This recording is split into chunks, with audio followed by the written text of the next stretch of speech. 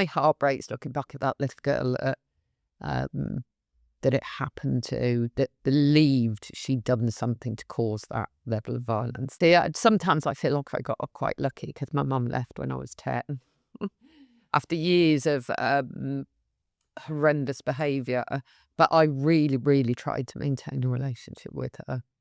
And the pathological hope underpinned right the way up until I was 40. Our dynamic was quite different, but anytime I did try to establish any kind of standard rhythm of a relationship with her, something would happen that would just floor me again.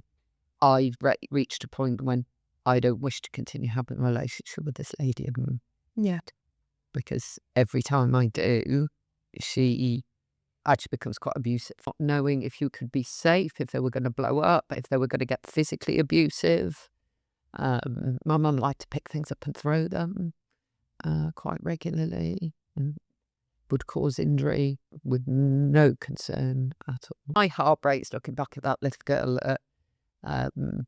that it happened to, that believed she'd done something to cause that level of violence. So, as I mentioned before, my mum is alive, and then something came up in conversation, and I said, well, it wasn't like that growing up, and she was like, well, it was, Jade. It was exactly. And she literally said a whole paragraph of what it should have been like. And I think I know it wasn't as that situation was. Yeah. And that causes you to lack trust in yourself, because you're like, hold on a minute, am I overreacting? Of course, I have no active imagination, but not to the point that I'd make that up. I think the denial of our mothers that it ever happened, that it was ever not okay, would require them to do some self-searching and apologise. People with mother hunger grow up with an apology ache that they're probably never going to get an apology for what they did. Yeah, because particularly if they're rewriting, the apology is never going to come.